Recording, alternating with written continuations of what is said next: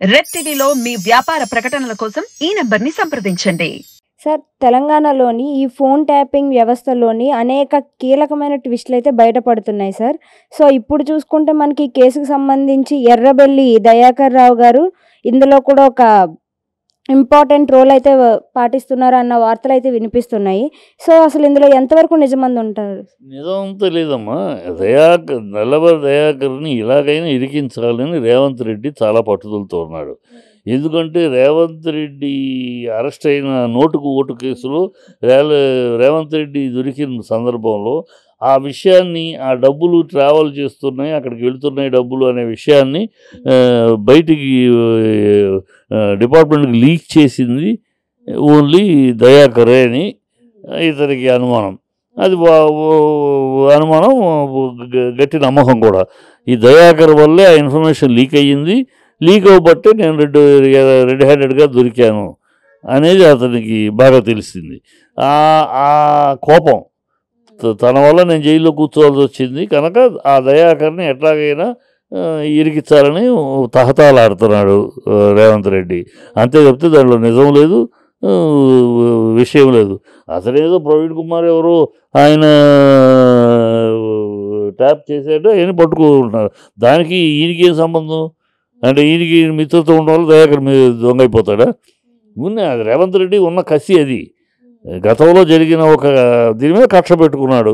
నన్ను జైలుకి పంపించాడు దయాకర్ రెడ్డి అంటే తీసుకెళ్ళిన వాళ్ళకన్నా కూడా దయాకర్ ఇచ్చిన ఇన్ఫర్మేషన్ వల్లే వాళ్ళకి దొరికాను అని. అది కేసీఆర్కి దయాకర్ ఇచ్చిన ఇన్ఫర్మేషనే చాలా రహస్యంగా చేస్తే అది ఎలాగో పట్టుకుని బయట పెట్టాడు. అందువల్లే ఆ టయానికి రెడీ అయినట్టుగా నేను దొరికాను అని అతను జైల్లో కూర్చున్నాడు కదా. చెప్పకూడదు తిన్నప్పుడు ఆ కోపం ఉంటుంది కదా. ఆ కోపం ప్రతిఫలమే తప్పితే దీంట్లో ఏమి దయాకర్ సంబంధం ఉండే పరిస్థితి లేదు. అంటే తను ఒకసారి ఇన్వాల్వ్ చేశారు అని అనేసి ఇప్పుడు అధికారంలో ఉన్నారనేసి తిన అధికారం చూపిస్తున్నారంటారు. అంతే అంతే అంతే అంతే గ్యారంటీగా తన అధికారంలో తనని జైల్లో పెట్టారు. దానికి కారకుడు దయాకరే కనుక దయాకర్కి కూడా జైలు రుచి చూపించాలి అనేది ఆ తాపత్రయం. అలాగ వెళ్తూ ఉంటే రేవంత్ రెడ్డి కూడా ఈ ఎన్నికలైన తర్వాత ఉండడు. ఇలా కక్ష సాధింపులు కేసులు అంటే తన మీద కేసులు ఇప్పుడు మెడ మీద కత్తి ఏలాడుతూనే ఉంది. ఎందుకంటే రెడ్ హ్యాండెడ్గా దొరికాడు డబ్బులతోటి కనుక అదంత ఈజీ కాదు. ఎన్నాళ్ళు డాట్ అవుద్ది, ఎప్పుడో వేలాడుతూ ఉంది, ఎప్పుడో ఒకసారి పాఠం దిగుద్ది. అప్పుడు తను మళ్ళీ సీఎంగా ఇప్పటికే ఇద్దరు సీఎంలు దేశంలో ఇప్పుడు ప్రస్తుతం, గతంలో కూడా సీఎంలు లాలూ ప్రసాద్ యాదవ్ జైలుతో వీళ్ళందరూ కరుణానిధి గారు సీఎంలుగా జైలుకి వెళ్ళిన వాళ్ళే. ఇప్పుడు ఆల్రెడీ ఇద్దరు సీఎంలు వెళ్ళారు. మూడో సీఎంగా ఈయన వెళ్తాడు రేపు ఆ కేసు బయటకు వచ్చేస్తే. అంటే రేవంత్ రెడ్డి గారు వెళ్తారని అంటారా? అంతే కదా. నోటు కేసు పెండింగ్లో ఉందమ్మా. నోటుకు ఓటు కేసులో రెడ్ హ్యాండ్గా ఎవరు సాక్ష్యాలు కూడా అవసరం, రెడ్ హ్యాండ్గా దొరికింది. తను క్యాష్ బాక్సు డబ్బులు అని రెడ్ హ్యాండ్గా వీడియోలో దొరికింది. ఇంక ఇతర సాక్ష్యాలు కూడా అవసరం లేని పరిస్థితిలో ఉంది ఆ కేసు ఎందుకు ప్రొలాంగ్ అవుతుందో భగవంతుడికి తెలియాలి. ఇంత నిర్దిష్టమైన ఆధారాలు ఉన్న కేసు ఎందుకు అలా పెండింగ్లో ఉందో. ఛార్జ్షీట్ వేసారన్నారు, లేట్గా ఛార్జ్షీట్ వేయడానికి చాలా కాలం పట్టింది. ఇప్పుడు ఛార్జ్షీట్ వేసారు. అది ఎప్పుడు పేలుతుందో బాంబు పేలినప్పుడు మరి దోషిగా తను వెళ్ళాలి లోపలికి. సార్, తెలంగాణ వ్యక్తికి ఐపీఎస్ అధికారి అయిన తెన్నేటి రామకృష్ణ ప్రసాద్ గారికి చంద్రబాబు నాయుడు గారు ఎంపీ టికెట్ ఇచ్చారు. సో ఇప్పుడు అది కాస్త వైసీపీ క్యాబినెట్లో భయాందోళన గురి చేస్తుంది అని అయితే వార్తలు వినిపిస్తున్నాయి. మరి ఆయన ఎఫెక్ట్ ఎలా ఉండబోతుంది సార్? అసలు ఎంత పిచ్చి రాతలమ్మ, ఎవరు రాశారు, ఎవరు వాగుతున్నారు ఈ మాటలు. అతను సీట్ ఇస్తే వైసీపీ గుండెల్లో పరిగెట్టేటి ఏమిటో ఒక ఎమ్మెల్యే ఏం చేయగలడు ఆయన? ఎన్నో ఉన్న పిచ్చి రాతలు బుద్ధి ఏదో ఆ సొల్లు వాగుడు వాగి వాళ్ళు ఉండే మాటలు తప్పితే అయితే అవుతాడు. అసలు గెలవాలిగా ప్రస్తుతం తెలుగుదేశంనే గతి లేని పరిస్థితిలో ఉంది. అక్కడ తెలుగుదేశం క్యాండిడేట్గా ఆయన పెద్ద గెలిచేది ఉంది. గెలిచినాక ఆయన ఏంటి పరిస్థితి? అపోజిషన్గా ఎమ్మెల్యేలో కూర్చుంటాడా, లేదు ఒకవేళ అధికారంలో వస్తే అధికారంలో ఆయనకి ఏం పదవి వస్తుందా అధికారంలోకి వచ్చి పదవి రాగానే డామ్ డూమ్ డకార్ అని ఆయన మంత్రదండం ఉంది ఆయన దగ్గర పీకి లాగి చేయడానికి. ఏది ఆల్ దిస్ నాన్ సెన్స్, బుద్ధి జ్ఞానం లేకుండా అర్ధజ్ఞానంతో అజ్ఞానంతో వాగే సొల్లు వాగుడు. అంటే ఇవన్నీ పిచ్చి రాతలే తప్ప ఇందులో నిజాలు లేవని అంటారా? ఏం నిజాలు లేవు. అయితే అతను టీడీపీకి వెళ్ళాడు, సీట్ ఇచ్చారు అంతే. దాంతో ఏమిటి వీళ్ళకి రైలు పరిగెట్టాల్సిన కర్మ ఏంటి? ఆఫ్టర్ ఆల్ ఒక వ్యక్తికే పరిగెపడతాయి. ఒక వ్యవస్థలో ఒక వ్యక్తి ఆయన ఏదో ఐపీఎస్ ఆఫీసర్ ఇవాళ అయిపోయాడు అనగానే, ఐఏఎస్ ఆఫీసర్ అయిపోయాడు అనగానే భయపడటానికి అంతేం ఉండదు. ఆయన ఏమి చేయలేడు అలాగ.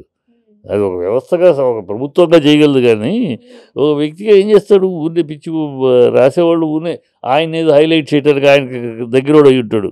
ఐపీఎస్ కృష్ణప్రసాద్కి ఏదైనా ముఖ్యుడు అయి ఉంటాడు, లేకపోతే తెలుగుదేశం తొత్తు అయి ఉంటాడు అలాంటి వాగులు రాయటానికి. ఇవన్నీ సెన్స్లెస్ నాన్ సెన్స్ అది. సో చంద్రబాబు శిష్యుడు సీఎం రమేష్ బీజేపీకి వెళ్ళిపోతున్నట్టు, పోటీ చేస్తున్నట్లుగా ట్వీట్ చేశారు. అసలు ఏం జరుగుతుందంటారు సార్? ఏమన్నా బీజేపీకి క్యాండిడేట్స్ లేరమ్మా. బీజేపీకి ఎవరు మనుషులు లేరు.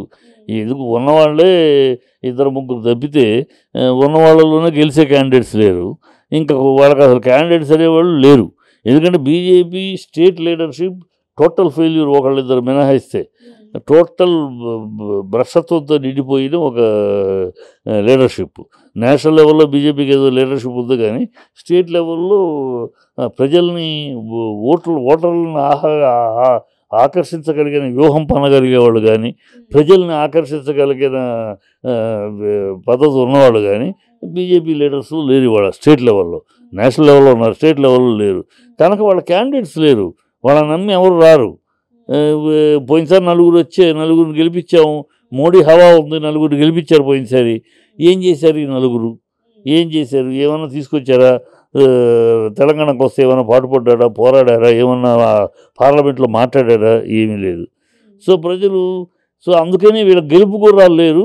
గెలుపు గుర్రాలు వేరే పార్టీలో ఉండే గెలుపు గుర్రాలు ఎవరున్నారో వాళ్ళని మంత్రి పదవి ఆశ చూపించి, మీరు గెలిస్తే మీకు మంత్రి పదవి ఇప్పిస్తాం, కేంద్రంలో మంత్రి అవుతారు, ఇట్లాంటి ఆశ చూపించి లాగుతున్నారు అంతే వాళ్ళకి పరిస్థితి. అందుకని ఇప్పటికీ ఇంకా క్యాండిడేట్స్ అనౌన్స్ చేయలేకపోతున్నారు. ఇంకా ఎవరి పార్టీ నుంచి లాగచ్చా, ఎవరి నుంచి మన గడపలోకి లాక్కురావచ్చా, ఈ సోదరులోనే ఉన్నారు. ప్రజలు ఇవన్నీ చూస్తూ ఉన్నారు. మోడీ ఉంటే మోడీ దేశానికి లెవెల్లో మోడీ ఆకర్షణ ఉండొచ్చు, కానీ ఇక్కడేం పనిచేయదు.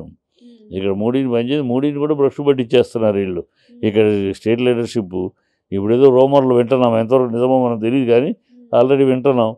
ఎంపీ సీటు కావాలని వచ్చేవాళ్ళనేమో వీళ్ళు వేట, కొంతమందిని ఏదో ఇలా వాళ్ళంతటి వాళ్ళు వచ్చేవాళ్ళు ఉంటారు కదా, ఏదో సెంట్రల్లోకి వెళ్ళిపోవచ్చు, సెంట్రల్లో మినిస్టర్ అయిపోవచ్చు, బీజేపీ పట్టుకుని ఇలాంటి ప్రాబ్లమ్ అని ఉంటారు కదా. అలాంటి వాళ్ళు వస్తే 2 ఎకరాలు ఇవ్వండి, బీఫామ్ తీసుకెళ్ళండి అన్నట్టు చెప్తున్నారు అని వింటున్నాం. అది వినికిడి. అది మరి ఎంతవరకు నిజాలు భగవద్గీత తెలియదు, కానీ అంటే ఇప్పుడేదో పొగరాదు, అలాంటిది ఏదో ఎక్కడో చర్చ జరగబట్టే కదా వస్తుంది బయటికి. ఈ మీది వేరే మాట రావచ్చు కదా.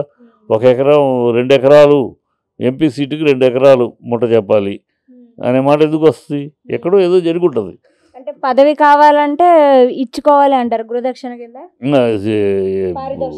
పారితోషికం ఎంపీ టికెట్ కావాలి అంటే దక్షిణ ఇచ్చుకోవాలని అది జరుగుతుందని బయట వినికిడి. సరే, మనం సాక్ష్యాధారాలు మనం కళ్ళారా చూడలేదు, ఎవరో చెప్తారు, వాళ్ళు వీళ్ళు చెప్పుగా వింటున్న మాటే.